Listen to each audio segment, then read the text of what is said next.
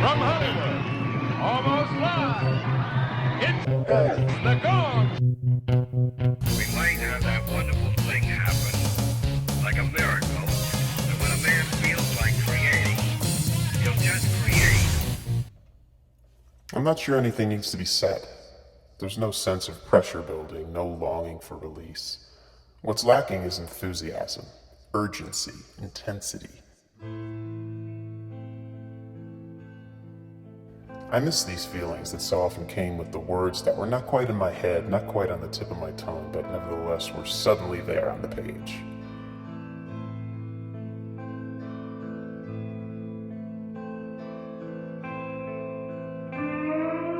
At 44, I miss 24, if only for the anticipation of surprises, the atmosphere of mystery. Lately I feel as if the plot has been spoiled, as if I read the last sentence first. And then you died. I'd like to forget I ever saw it. Convince myself that I may have been mistaken.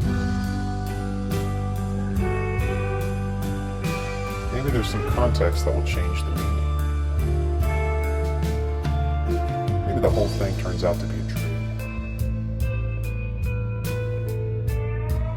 Maybe if I start again from the beginning, I'll get so lost in the drama, so absorbed in the unfolding of details that I'll forget what I saw.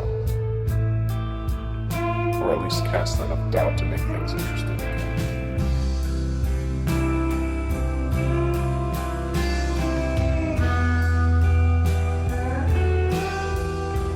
I woke up one day and I was absolutely free. It's hard to explain, but it boils down to this. I simply stopped doing the things that were keeping me from being free. That's pretty much it. From there was nothing left to do. Freedom is not an activity or a procedural thing. It's a condition, a state of affairs. Freedom just is. And so I was. Like a soaring eagle. Only it didn't matter that my feet rarely left the ground. The truth is, there was nothing I could do to not be free. I was even free to go back to doing the things that used to keep me from being free. And so I did, eventually. And for a good long while, I was still free, still soaring. Then I woke up one day and realized with a deep, terrible pang of disappointment that I was most definitely no longer free. It didn't take that long, in that condition, to cast considerable doubt as to whether I had ever been truly free at all. For the next 10 years or so, I thought it all over. Eventually, I came to the conclusion that it didn't really matter whether or not I had been free, but only if I really wanted to be free right now. I thought about that for another 10 years before deciding, yeah, sure, I want to be free now, but not right now. Right now, I gotta get through the rest of grad school, study for my comps, knock out a couple semesters of internship. Once I get through all that, then I'll be ready to soar. I've marked my calendar. May 2016. Sweet freedom. At least until I have to get a job.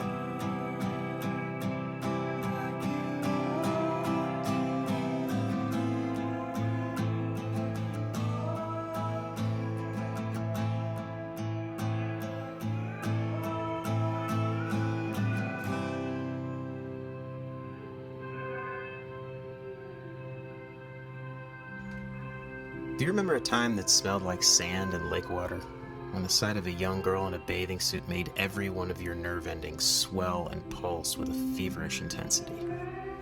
Did you ever get the chance to feel her cool, goosebump skin just after she toweled off from a swim? Maybe you remember later, when you were a teenager hanging out at your friend's pool, that time she showed up, the one you wanted more than anything you ever wanted in the whole world.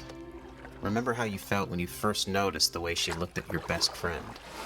That lusty gaze that just wrung you out on the inside.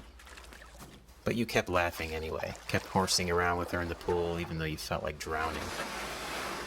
There's something about the smell of summertime and water that brings a strange sense of longing to the surface. Not a hollow pang like regret, but a swollen ache that feels like it could burst right through your skin. That's how I felt just a moment ago as I walked past a bunch of kids giggling and splashing around the pool next door.